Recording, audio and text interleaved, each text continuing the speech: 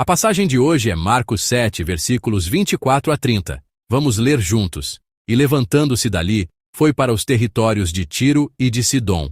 E entrando numa casa, queria que ninguém o soubesse, mas não pôde esconder-se, porque uma mulher cuja filha tinha um espírito imundo, ouvindo falar dele, foi e lançou-se aos seus pés.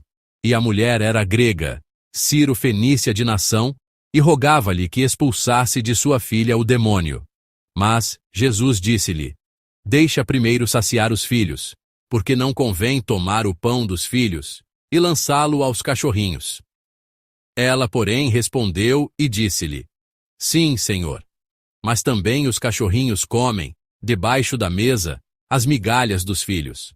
Então ele disse-lhe: Por essa palavra vai. O demônio já saiu de tua filha. E, indo ela para sua casa, achou a filha deitada sobre a cama, pois o demônio já tinha saído. Amém. Qual vocês acham que é o maior obstáculo que impede a graça de Deus de vir sobre as nossas vidas? Quando tentamos viver para obter a graça de Deus, pensamos que fatores como a perseguição externa, as dificuldades do ambiente e, às vezes, as tentações de Satanás são o que bloqueiam essa graça. No entanto, embora essas coisas possam bloquear a graça de Deus, chego a pensar que o maior inimigo não está longe, mas é a muralha chamada orgulho, firmemente estabelecida dentro de nós. Quando eu estava no exército, um veterano, sabendo que eu era estudante de teologia, me perguntou: Por que você acredita em Deus? Respondi com muito fervor, compartilhando meu testemunho. Afinal, eu era um recruta. Mas depois de ouvir toda a minha história, a única coisa que ele disse foi: Eu não gosto de depender de ninguém. Não gosto de depender de alguém e mostrar fraqueza. O que impedia a graça da salvação de alcançá-lo não era a perseguição externa, as dificuldades do ambiente ou as tentações de Satanás. Era o orgulho dentro dele. Deus deseja derramar sua graça sobre nós, mas, na verdade, muitas vezes é o nosso orgulho interior, mais do que qualquer fator externo, que bloqueia essa graça. Por isso, Santo Agostinho disse uma vez: A virtude cristã é, em primeiro lugar, a humildade, em segundo, a humildade, e em terceiro, a humildade. Ele afirma que se humilhar é uma virtude crucial para um cristão, e ele comparou o orgulho, a recusa em se humilhar, a uma montanha imensa. Ele advertiu que, embora essa montanha pareça majestosa por fora, na realidade é uma casca vazia sem fundamento, incapaz de conter a graça de Deus. Esse orgulho também é um dos pecados que levam à morte. Se ele bloqueia a graça de Deus, quão grande não seria esse pecado? A passagem que lemos juntos hoje é a história surpreendente da mulher Ciro-fenícia que derrubou a montanha do orgulho, desceu ao lugar mais baixo e experimentou a graça das migalhas do Senhor. O cenário da passagem de hoje é a região de Tiro. Naquela época, Tiro era um centro da cultura pagã e da adoração de ídolos, como Baal e Astarote. O problema com Baal e Astarote não era apenas a idolatria, mas também o fato de que promoviam uma cultura externamente muito extravagante. Foi nesse lugar que Jesus encontrou uma mulher. A Bíblia a descreve como grega, de nacionalidade Ciro-fenícia. Isso não significa apenas que ela era uma gentia, mas também que era uma mulher instruída, educada na cultura helênica, que era a cultura dominante da época. Além disso, ser Ciro-fenícia sugere que ela vivia uma vida imersa na idolatria e pertencia a uma classe rica em meio a uma cultura suntuosa. No entanto, ela tinha um problema muito sério que nem o conhecimento nem a riqueza podiam resolver. Era o problema de sua filha. A dor de ter uma filha possuída por um demônio, oprimida por uma força espiritual e incapaz de viver uma vida normal, era o maior problema dessa mulher.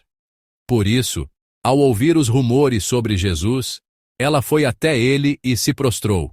A expressão lançou-se aos seus pés, no final do versículo 25, descreve o ato literal de se prostrar. Mas se olharmos para o seu significado original, ela contém a atitude de rendição absoluta e adoração. É verdade. De que adianta o dinheiro, a riqueza ou a posição social quando sua própria filha está sofrendo? Deixando tudo isso de lado, essa mulher, embora fosse uma gentia, e Jesus, do seu ponto de vista, também fosse um estrangeiro distante, aproximou-se dele e se humilhou com uma atitude de rendição para curar sua filha. A mulher Ciro-fenícia estava pronta para abrir mão de toda a sua posição social e orgulho por amor à sua filha. No entanto, apesar do apelo sincero e da atitude dessa mulher, Jesus lhe deu uma resposta que pareceu extremamente dura. Vamos ler juntos o versículo 27 de hoje. Deixa primeiro saciar os filhos, porque não convém tomar o pão dos filhos e lançá-lo aos cachorrinhos. Amém. O uso da expressão cachorrinhos aqui era um termo pejorativo que os judeus daquela época usavam para desprezar os gentios. Era como dizer, essa gente é como cães, como animais. No entanto, precisamos considerar a palavra original que o Senhor usou para cão. Naquela época, havia duas palavras no idioma original para cão, kuon, que se referia a cães selvagens e ferozes das ruas, e kunarion, que significava cachorrinhos de estimação criados dentro de casa. Qual dessas duas palavras foi usada na passagem de hoje? A segunda palavra, kunarion. O cão a que Jesus se referiu não era um cão selvagem e feroz do campo, mas sim um cachorrinho, um animal de estimação cuidado em casa. Por isso, em traduções mais modernas da Bíblia, essa palavra cão é traduzida como cachorrinho. Claro, tratar uma pessoa como um cão, seja ele selvagem ou de estimação, seria um insulto e uma humilhação. E, para expressar a distância dos gentios em relação ao poder de salvação e cura de Deus, não haveria grande diferença entre um cão de estimação e um cão selvagem. Contudo, o fato de Jesus ter escolhido usar kunarion em vez de kuon pode nos levar a pensar que ele tinha uma intenção específica. Talvez Jesus tivesse um plano para testar a fé daquela mulher gentia, convidá-la a um lugar de humildade ainda mais profundo e, assim, permitir que ela encontrasse esse milagre extraordinário. Mas, por mais desesperada que estivesse, como vocês acham que ela se sentiu ao ser desprezada dessa forma? Como ele ousa me tratar assim? Eu não tenho dinheiro? Não tenho posição social? Não ficaria com raiva? Por mais urgente e desesperadora que fosse a situação, será que ela ainda teria o desejo de receber ajuda de alguém que a chamou de cão na sua cara? Esse sentimento é o orgulho que existe dentro de nós. Ao ouvir essas palavras, a mulher poderia ter se levantado e ido embora. Poderia ter pensado, vim em vão, só me magoei, vou para casa. Mas a Bíblia não diz isso. Mesmo ouvindo tais palavras, ela humilhou seu orgulho e demonstrou um amor ainda maior por sua filha e uma confiança maior em Jesus. Por isso, depois de ouvir as palavras de Jesus, ela as aceitou e disse o seguinte. É o versículo 28 de hoje. Vamos ler juntos. Sim, Senhor, mas também os cachorrinhos comem, debaixo da mesa, as migalhas dos filhos. Amém. As migalhas que ela pediu aqui se referem aos pedacinhos que caem da mesa. E ela disse, as migalhas dos filhos. Quão pequenas seriam as migalhas que as crianças deixam cair enquanto comem? São restos insignificantes. Por isso, a Bíblia, a Mensagem, traduz essa palavra como restos. Ela pediu até mesmo essa graça, que era como um resto inútil. O surpreendente é que, ao ouvir a resposta espirituosa da mulher, Jesus validou suas palavras e elogiou sua fé. Se olharmos para Mateus 15, que é uma passagem paralela à de hoje, vemos que Jesus elogia a fé da mulher. E ele lhe concedeu o milagre extraordinário da cura de sua filha. Podemos ver que a mulher tinha uma fé poderosa, de que até mesmo a menor migalha do Senhor, caída no lugar mais baixo, seria suficiente para resolver o problema de sua filha. Nosso Senhor certamente responde àqueles que, com o coração de um cachorrinho debaixo da mesa, confiam e pedem apenas o que pertence ao seu mestre. Portanto, a passagem que lemos hoje não fala simplesmente sobre oração persistente e que não desiste. Um dos maiores equívocos que temos sobre a oração é a ideia de que a sinceridade move os céus. Ou seja, a crença de que, se nos esforçarmos o suficiente, o céu se comoverá. Essa parece ser a premissa mais plausível sobre a oração. Mas a oração cristã não é assim. A oração cristã não estabelece uma proporção direta entre nosso esforço e a resposta de Deus. Se lermos a Bíblia com atenção, veremos que o Senhor, além de nos dizer para orar com fervor, nos pede e diz muito mais. Creiam em mim. Não é nosso esforço que nos faz encontrar a resposta de Deus. É porque não podemos fazer nada que buscamos a Deus. E é porque sabemos e reconhecemos que não somos nada que nos tornamos fervorosos. É porque cremos em Deus que não temos outra opção a não ser nos aproximarmos com fervor. Meu fervor e a resposta de Deus não são necessariamente proporcionais.